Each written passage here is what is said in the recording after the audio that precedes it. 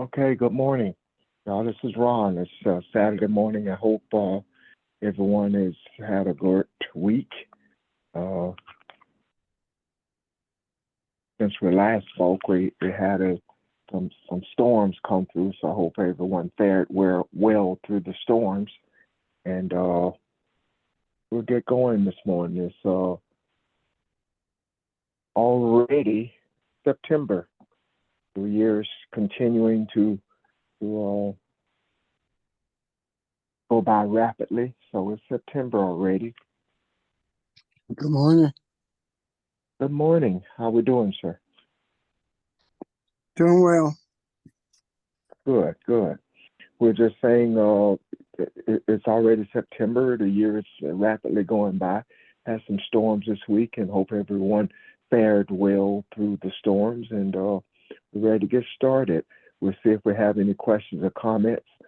The last couple of weeks, we were at least Monday kind of wrapping up what we had started on Saturday when we talked about the scriptures in Isaiah as well as some other places. I know in Hebrew is where we wind up Monday talking about when Jesus talked about the sacrifices and the offerings, and those were not spiritually given to man. It was not part of what was we're supposed to be doing, and where that came from and how it has led everyone astray. So as a part of what we're doing, bringing enlightenment to everything, we kind of concluded with chapter 10 of Hebrews. So any questions about that or anything else? And I do not forget that Charles also had a question on the table. So, but before we go into any of that, any other questions, comments, anything you may have encountered this week? Did anyone notice that Hey. Mitch? Oh. Oh, I was just going to say, if anyone noticed Mitch McConnell this week? Yes. Or- Okay. Yes. Can I say something about sacrifice before you talk about Mitch McConnell? Oh yeah. That might close that up. As we were finishing that, I was thinking about words like living sacrifice, I die daily, contrite spirit, all in the context of our previous discussion of sacrifice, and this is what I sort of summed up. Sacrifice means to draw near, and the question is to draw near to what? That's part of what it means. I think Ron talked about other things that it meant, but the part that I looked a little bit more in detail was the drawing near to. And it's drawing near to what? Well, it's drawing near to our Amun, to the Creator. Being near has nothing to do with location and everything to do with likeness.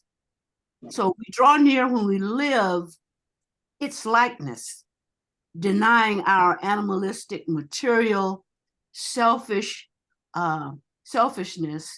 to embrace its likeness, love, kindness, mercy, joy, wisdom, all of that, understanding. So that's the dying safe daily. So unlike what they did in biblical times when they sacrificed yearly, we do it daily. It's a much higher a much higher means and a much higher requirement for us. So it does not become a ritual like the annual sacrifice, because it becomes a way of life, as it is done just as commonly as breathing. So that's what we do today. That's the dying daily. That's the putting down those things that come up in us, like anger, like road rage, all of that stuff. So that's why it's gaining everything. Sacrifice then is drawing near. That means we gain everything.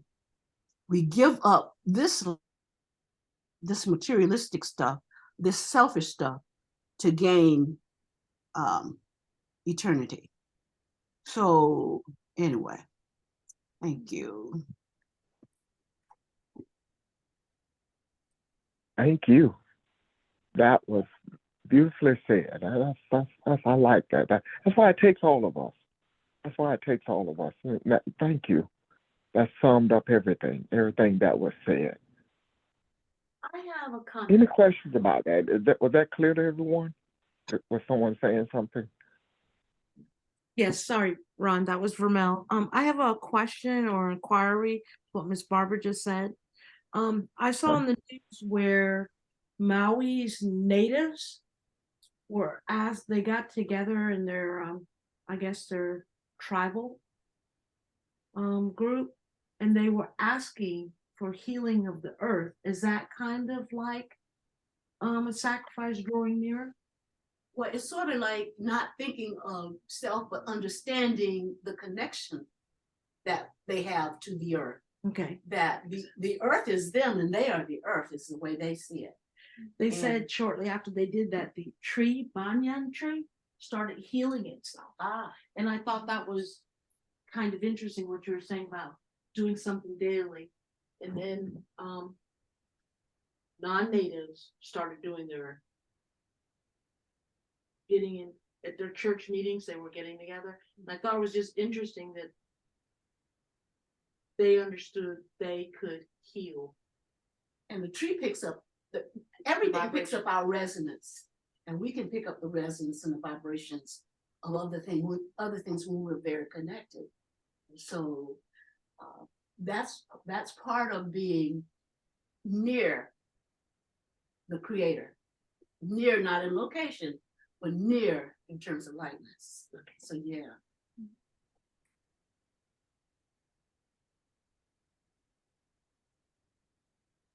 Okay, good question. Anyone else?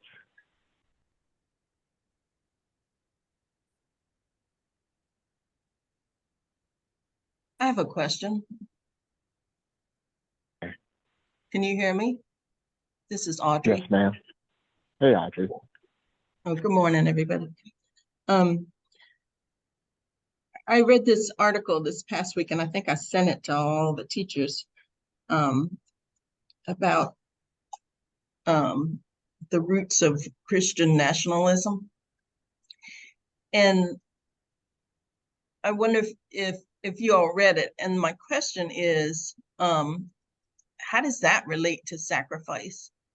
Because it seems like through this doctrine of discovery kind of thing, it's almost as if the European Christians wanted us, as well as other indigenous kinds of people, to basically be the sacrifice for them.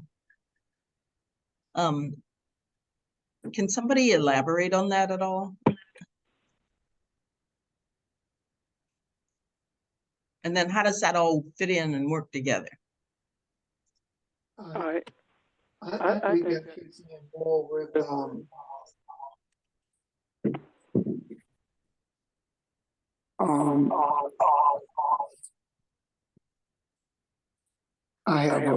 all. Okay, I think that fits in more with what happened with Mitch McConnell. And what I'm saying is this: it also fits in with the idea of the lamentation that Ezekiel wrote about the king of Tyre, or the king of Lebanon, and that is from the inception of Christianity, there has always been an effort put forth to subjugate indigenous people, with the emphasis being on subjugating the African. And the idea of white nationalism is Christianity, period. What I'm saying in essence is there has never been Christianity for people of color. Christianity has always been a white nationalist concept to enslave, control, and commit genocide against people of color. There is nothing redeemable about Christianity at all. And I saw it even clearer when I read the article that you sent regarding Christian white nationalism. And the doctrine of discovery explains the totality of the purpose of Christianity, which speaks to the idea of destruction, destroying anyone of color who did not embrace the white ideology, European ideology of what Christianity is. Christianity also was designed for the express purpose of stealing from everyone on this earth except white folks. The Europeans designed Christianity, the doctrine rather of discovery, for that purpose. How does that fit today? That doctrine is still in progress today, being enforced today, rather. And the enforcement of that doctrine is in the hands of Biden as well as McConnell, Trump, the whole gang is involved in that. Because you do not see any of them doing anything towards removing the bondage that has been placed on people of color, especially Africans. There are always excuses made. They have mental illness when they kill black folks. White people kill black folks. That's mental illness. He's stupid, or he had a hard childhood. Everything except saying he's a racist. And that is what I have taken from that article, and Christianity justifies all of it. The other thing is, with Mitch McConnell, he is part of the fallen. When the Bible talks about fallen angels, it talks about those who are going to suffer the consequences of their deeds. But the consequences of their deeds are not brought to a place of suffering for them until there is a desire for deliverance. And what I mean by the desire for deliverance, I'm not talking about a desire to be taken out of chains.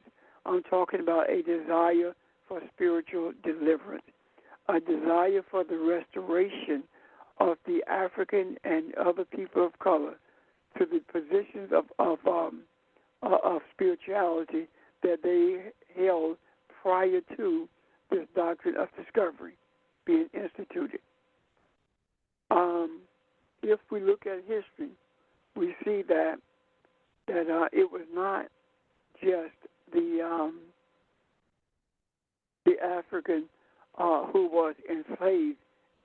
However, it was the African who was enslaved more so than anyone else. The question becomes why. If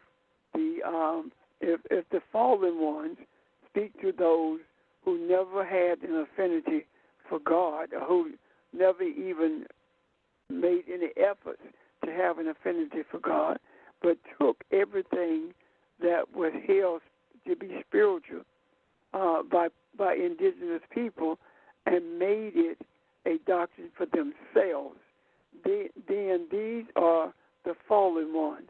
And the ones who understood, and were brought into this earth for the express purpose of not only being spiritual, but making sure that the inhabitants and everything in this earth was in line with spirituality, failed to do so. And I believe that failure to do so was designed in the fabric of creation itself. And I also believe that the only ones who can understand the scriptures well enough to bring an understanding of spirituality in the earth are indigenous people, the African more specifically, and more specific than that, the African who was brought to America to be enslaved, the African who was carried to Britain to be enslaved is different than the African who was brought to America. There are no African descendants of slaves nowhere on this earth who has the responsibility of the African in America. And all of this ties in to the doctrine of discovery, what Mitch McConnell, when Nick brought that up, I'm interested to hear what he has to say in reference to that. Yet I also see that Mitch McConnell is indicative of this doctrine of discovery coming to an end.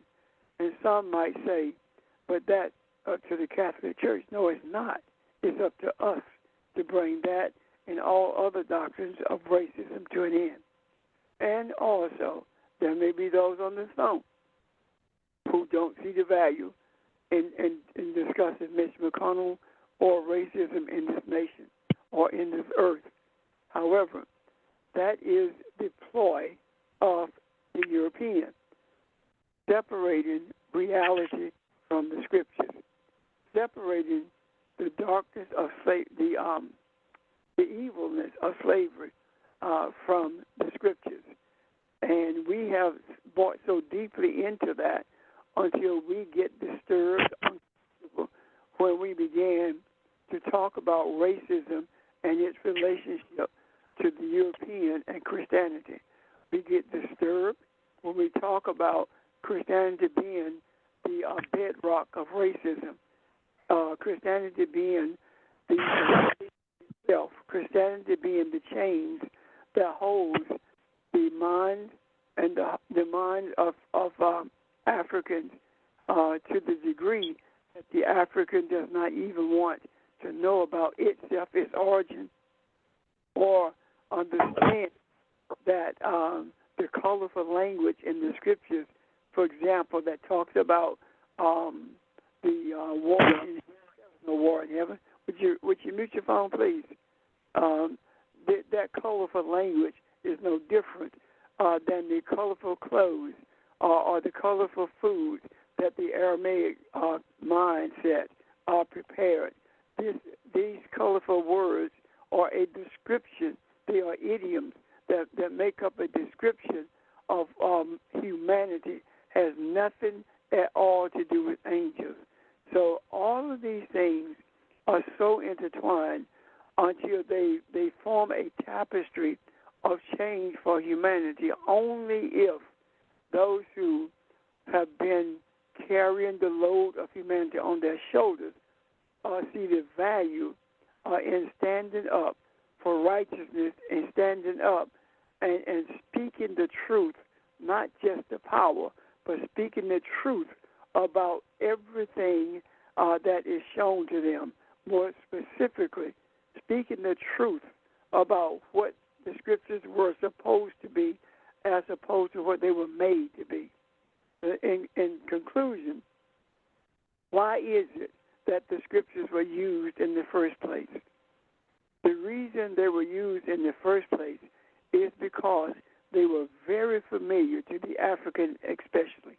And the manipulation of those scriptures were easily sold to the African over a period of time, coupled with brutality, because there was something in those scriptures that connected with the African.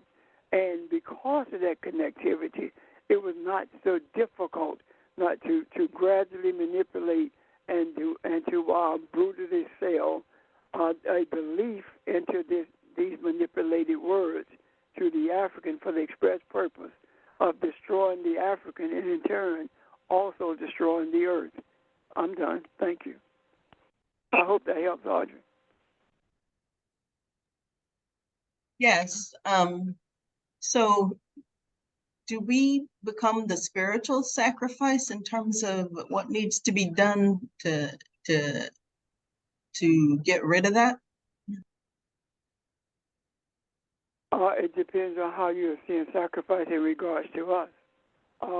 We have to sacrifice, and I suppose sacrifice, it makes us a sacrifice, because the thing we have to sacrifice is our wholeheartedly belief in the American system, in the European systems. The thing we have to sacrifice is white is right just because it says it's right. The thing we have to sacrifice is our deep beliefs in Christianity. That's the main thing that has to be sacrificed, because Christianity is not biblical. It never was. It never will be. It has always been a philosophy of racist rants, a philosophy of racist intentions to control all people who don't look like Europeans. I hope that helps as well. Thank you.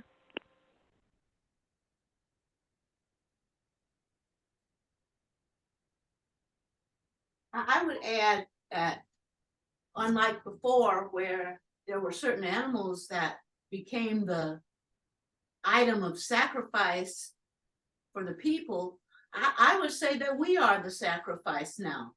We are that living sacrifice. And everything you just said relates to being like the Creator, rejecting everything that's negative, everything that comes against humanity, everything that comes against everything that's not like the Creator. We are the sacrifice, because that's our goal, to be more and more. We are the Creator, and our goal is to live more and more like we are. A lot of times we know we are, but there are times when this physical body, I mean, things just come up and you get angry. It doesn't mean you won't feel those things. It's what you do about them once you do feel them. And so that's why I kind of feel like we are the sacrifice. And so there's nothing that can be substituted for us on our behalf to be sacrificed, because it's us on a day-to-day basis. Just one perspective. That makes sense. Okay, that's kind of what I was asking. Okay, thanks. Yeah. That makes sense. Yeah. Because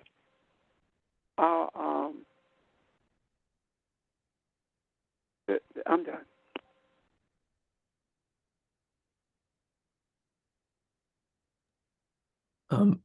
Hey, this is Nick. I believe when you see the sort of stories in the Old Testament, etc., about sacrificing animals, that has to do with sacrificing your own sort of animalistic nature so that something more spiritual can take its place. And I think, just tying it back to sort of what we see socially and politically, Mitch McConnell is very much symbolic of the sort of calcified, stubborn, sort of spiritually and socially stagnant consciousness that is what must be sacrificed, as we've just been talking about. And I think that requires us individually here on this phone call as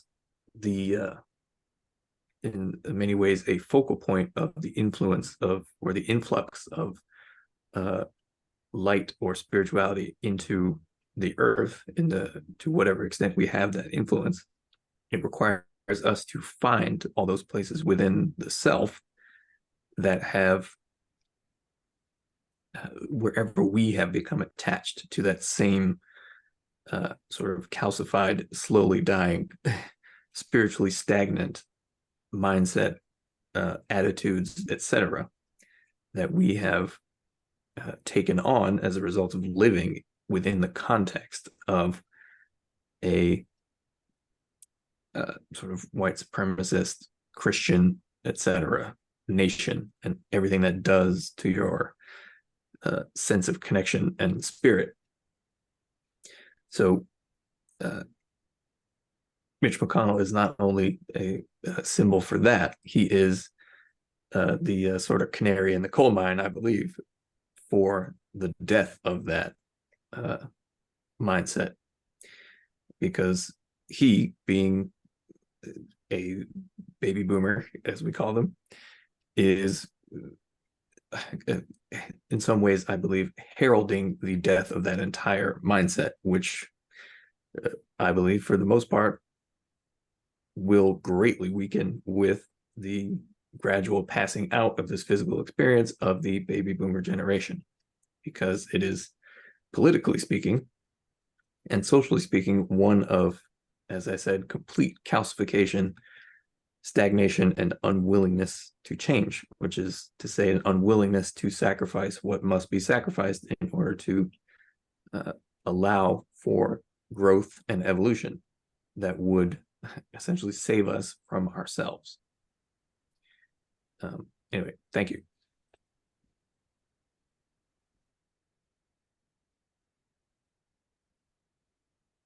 I guess what I'm hear you say, Nick, and that you tied together what Miss Barber just said at the opening.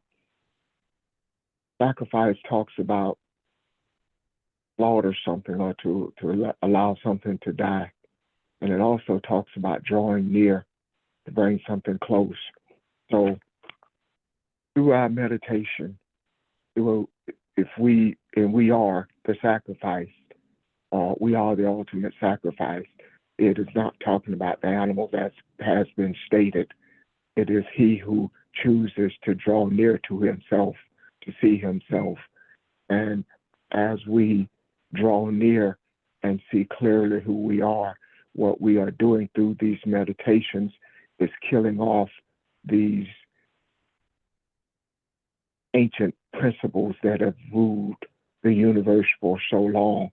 They were the stronghold. It's being released from them as we recognize and see who we are and allow those things that we were told were valuable. We no longer try to hold on to them because we clearly see that they have not been valuable to us and they truly are not valuable to mankind. So being the sacrifice does those two things.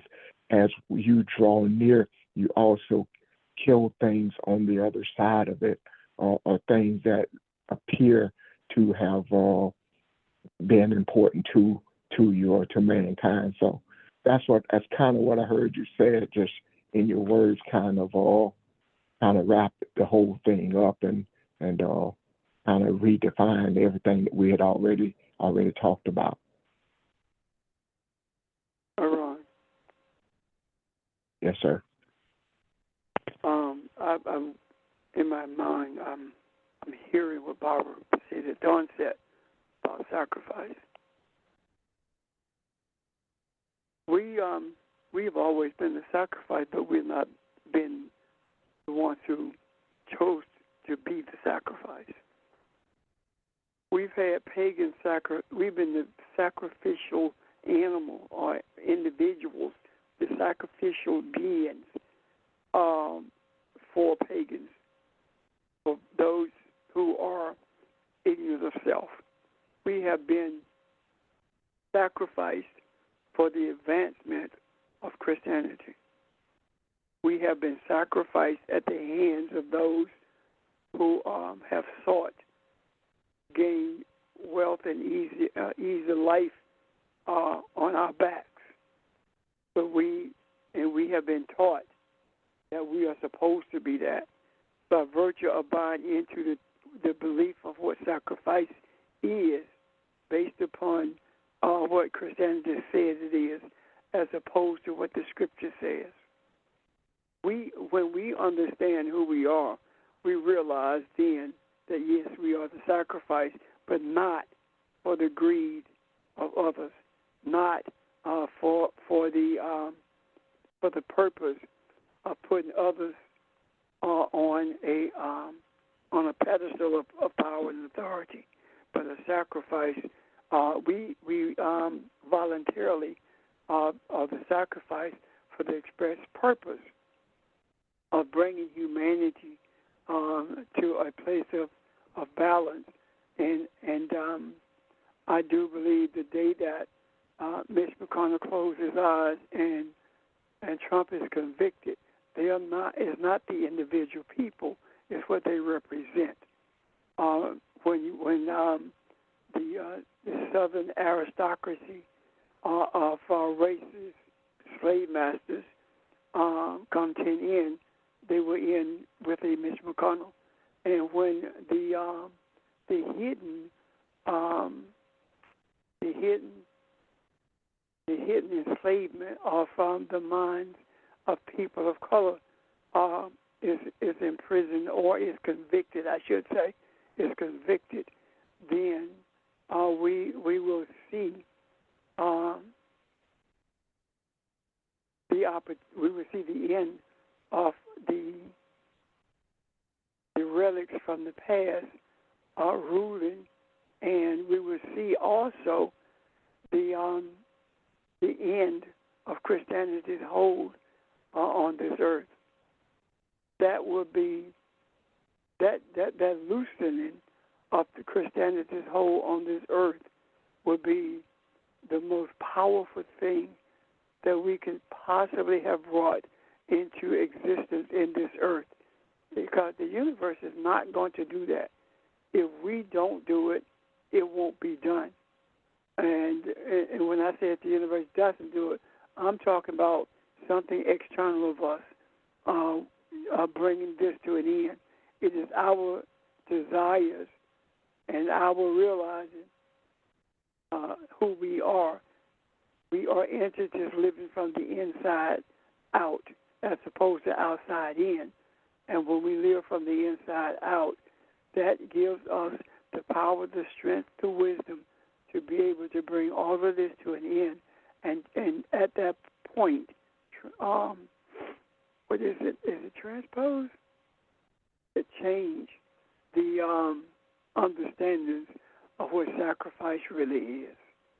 Thank you. Okay. Good morning, Ron. I'm sorry. Go ahead. Yes, sir. Yeah, good morning, Ron. Good morning, everyone. Pastor, I wanted to refer to the scripture that says to be a living sacrifice, holy and pleasing to God, which is our spiritual worship. And I wanted to try to see if we can get some understanding with regards to that verse, only because to be a living sacrifice means that. George, I missed part of that. Go ahead. I missed part of that. No, I say the scripture says to be a living sacrifice, holy and pleasing to God, which is our reasonable service. And so in terms of the living, spirit beings that we are, you know what I mean? I believe that we want to be conscientious in terms of how, can we appreciate our spiritual worship as Elohim and being able to let that light reflect in a way that we're resolving or we're bringing some, clarity to how we are to, respond as Elohim. But I wanted to get your thoughts or anyone else's thoughts in terms of what it means to be a living sacrifice, holy and pleasing to God, which is our spiritual worship, if that resonates. Which is our spiritual submission. Worship means to submit. Our spiritual submission to who we are. I think that's what Audrey asked and Barbara and I responded to earlier. A living sacrifice instead of a dead sacrifice. The dead sacrifice is what we've been taught that sacrifice is. Yet the scripture clearly says I never told you to do that. The living sacrifice is when you throw off the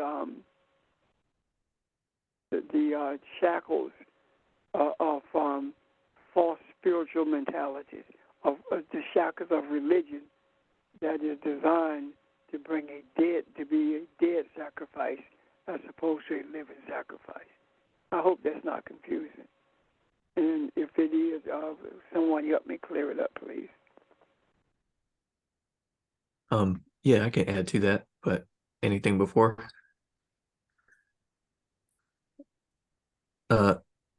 Just that we have been saying the living sacrifice is the worship in spirit and truth, as opposed to the religious, literal interpretation of what we have been taught.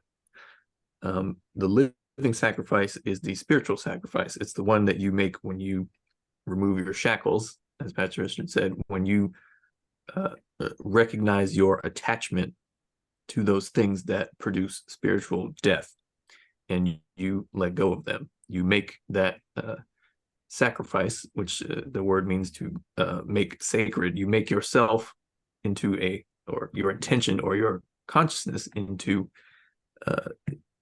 a more sacred form when you remove your attachment to those things that prevent spiritual growth and the transmission of energy and light via your awakened spiritual consciousness. And when you infuse your ego and your desire for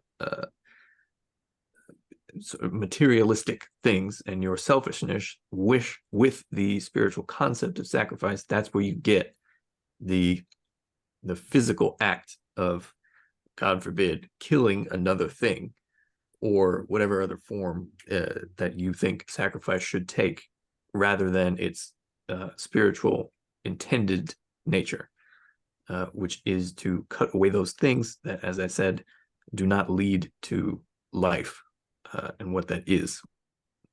Thank you.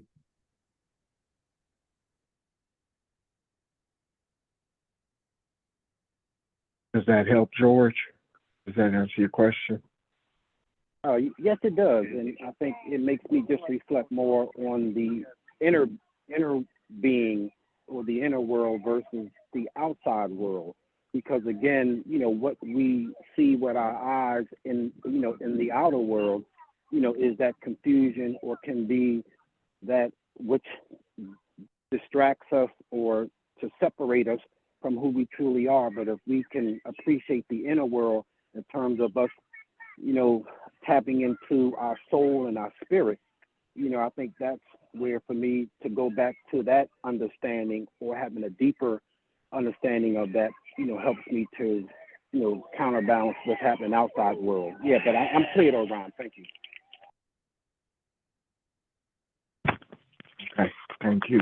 Thank you for the question, and everyone for the explanation. Guys, we have someone text me a question I want to read, and we'll continue this discussion. The question says, why do we tie the baby boomers to the current racial issues today? I think someone mentioned in the explanation of when we were talking about Audrey's article, someone mentioned the baby boomers. Can you clear that up, please, or put some light on it, please? Yeah, this is Nick again. I mentioned the baby boomers, but I'm sure anyone else can help. But what I meant is they represent the majority attitude towards a particular concept. And the concept that they're refusing to accept is the fundamental equality between human beings. And all of the confusion that they bring to that concept is what produces the policies that we see on a social and political level. But all of that comes from a mindset or a belief system that they will not let go of, in spite of reality being presented to them. So they represent a certain majority of a kind of thought pattern or consciousness in the earth. And when that thought pattern or consciousness leaves the earth, it will, as Pastor just said, release and release a hold that we have on this period of selfish stagnation. So I only speak of that to represent or to describe how that consciousness exists within a particular generation of people. It certainly does not only exist within the baby boomer generation, and that sort of racism, etc., takes different forms and has different styles in other generations of people, and within individuals within the baby boomer generation. But in terms of, on average, what they represent, that's what I'm speaking about. And that average is what we see in people like Mitch McConnell and Trump. Thank you. In addition to what Nick said, the baby boomers, it's funny how that first time I've looked at it this way. The African baby boomers were fighting against the policies that were being reinforced by the white baby boomers. And the reason there was no success with it is because the white baby boomers were holding on to the policies of racism that had been put into force by Christianity and supported by Christianity. The African baby boomers were trying to use that same Christianity of enslavement to be free from being enslaved. And it just didn't work out that way because of the depth of deception that is in Christianity that will not allow you to be free from racism itself. Nikki Haley said something that I agree with for change. Nikki Haley said that the U.S. Congress is the most privileged nursing home on earth. What does she mean by that? I think all of us know. Say again?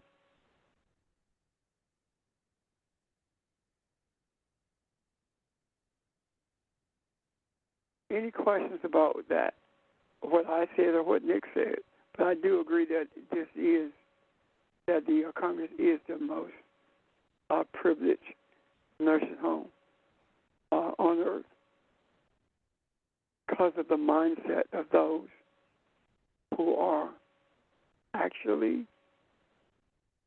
in charge of the principles that devalue humanity. Thank you. And everybody voting against universal health care from the government has government universal health care. They got the exact thing that they said we can't get. And it keeps these people alive forever. Yep.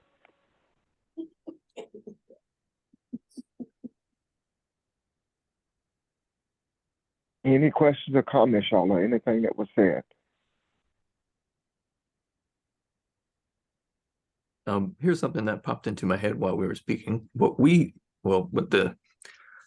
In America, what was done to Native Americans and Africans in terms of colonization and essentially making them a sacrifice for the egotistical desires of the people coming into the country is the same thing that the government of Israel is doing to the Palestinians.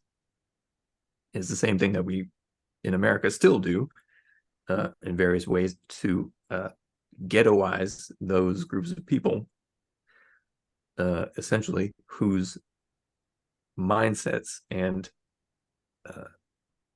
let's say personalities of spirit we do not value, being materialistic and capitalistic in our own mindset on average.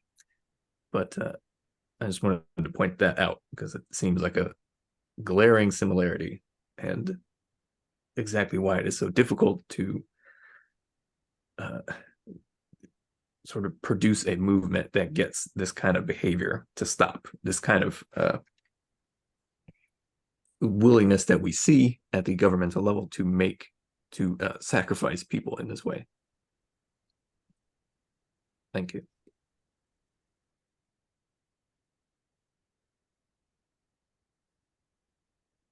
That is very powerful. Any questions or comments about that?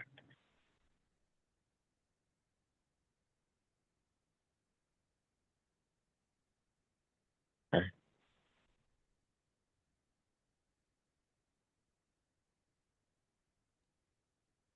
There are. I think, Nick, that most of those people who are in Israel now are basically European. They're not Middle Eastern. They're all from mostly the Caucasus, Poland, Estonia, Latvia, and Lithuania. So they all have that European mindset. Yeah, it's just white supremacy. And the closer you are to whiteness, the easier it is for you to, get caught up in that wave.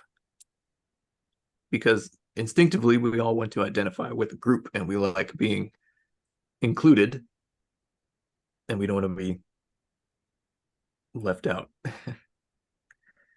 And that is on top of the sort of general psychological, I believe, tendency we have to want to identify with whatever is dominant. So if white supremacy is dominant and you're white, or you're pretty close to it, relative to Black people, because white people don't even think Jewish people are white. And the only reason they do, if they do, is because Black people still exist. But my point is, it's just very easy to fall into that, and very difficult to extricate yourself from that, because it is also attached to your own material comfort. Are you talking about Vivek Ramaswamy? I didn't know that I was, but yes, that foolish man has drunk the Kool-Aid of believing that the Republicans aren't actually the real racist ones.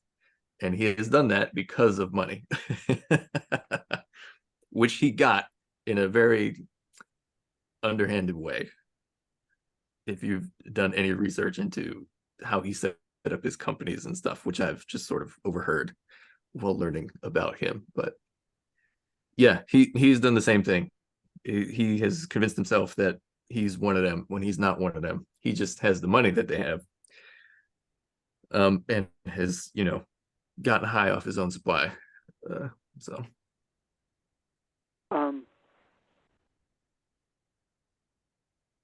racism is funny in that racism is applied to anyone white people say is a person of color, whether they are or not. Before I get into that, there is a historical event that took place in Oklahoma. And this African woman, inherited some land. And on that land was oil. And she got very wealthy. And the legislative body in Oklahoma passed a bill saying that she was white because she was so rich. And her skin tone was just as dark as mine. Racism is a funny thing. The people who are called Jewish are nowhere near being African. They are Eastern Europeans. And the reason that they are discriminated against as not being white is because the Catholic Church made a decision to do that, because they called themselves Jews and the Jews killed Jesus. That has grown significantly over the years. whole concept of Jews being discriminated against is simply based upon a desire to remove them from a prominent place in religion itself. There is no doubt in my mind, and shouldn't be in anybody's historical mind anyway, that the Catholics played a major role in an attempt to annihilate those who practiced Judaism in Germany. The Holocaust is just as much on the hands of the Catholics as it is Hitler. Matter of fact, more so, because the whole thing was an effort to annihilate Jews so that it would not become as prevalent and powerful as Catholicism or as Christianity is. And the people in this country have bought into that, including the people of African descent, believing that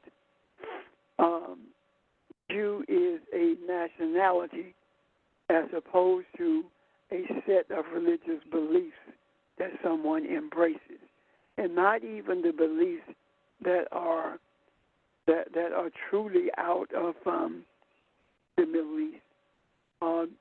Judaism is, in its beliefs, are no different than the beliefs of Christianity in terms of them being antithetical, having no scriptural basis at all. So when we think about Swami, he is no different than the black dude from Maryland who's still sitting in jail because he has no money, and the white people who are wealthy refused to pay for an attorney for him. So he's still sitting in jail after his indictment because of other indictments he had. Now, this is the thing that gets me. If you listen at the talking heads, they say that this man from Maryland, I can't think of his name at the moment, was indicted in Maryland. Therefore, once he was indicted in Georgia, he was going to have to stay in jail until his court appearance. Well, Trump has been indicted all over the country, and he's not in jail. So that doesn't hold water. This man is in jail because he thought he was one of them, how wrong he was. So what am I saying with all of this? I am saying Islam is determined by white folks, and white folks are the determiner of who you are supposed to be racist, who you're supposed to express racism against. And it's not necessarily always people of color. It's people also, as the Jews are in Israel.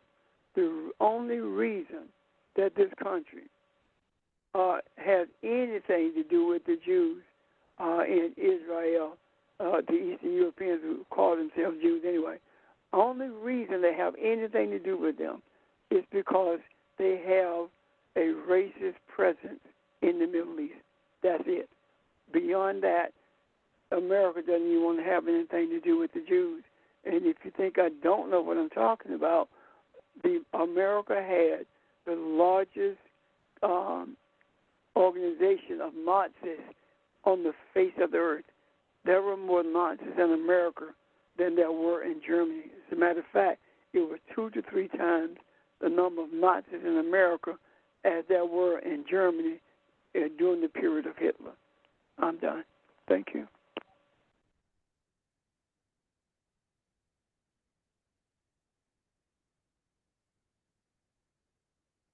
Questions or comments, y'all? Anyone?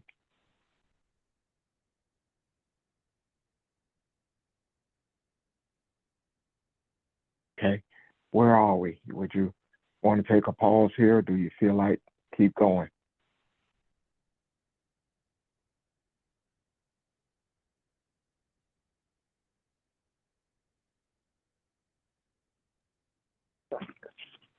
I have a question.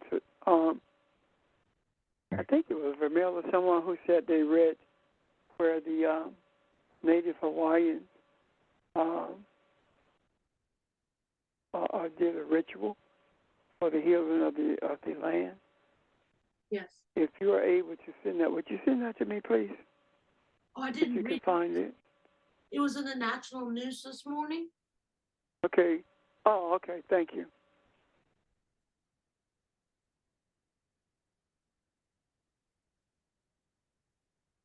Oh, and by the way, Ron, I'm good. Sir, say it one more time, Pastor.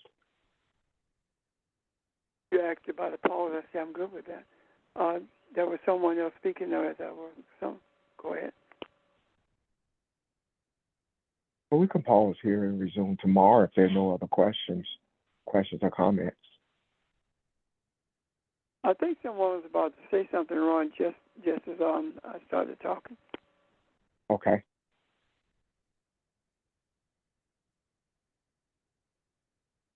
Anyone? Question, comments? Was that you, Barbara?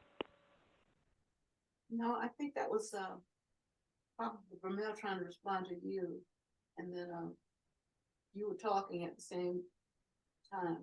So I just no, it wasn't me. Okay, thanks. Okay then. Well, it's right at 11 a.m. So we'll pause here till tomorrow and resume tomorrow at 11 a.m. Okay. Good discussion. I'm sorry. Thank you. Sounds everyone. good. Yeah. You guys have a great day and look forward to tomorrow. Thank you. Take care, family. Thank you. Bye, everybody. Bye.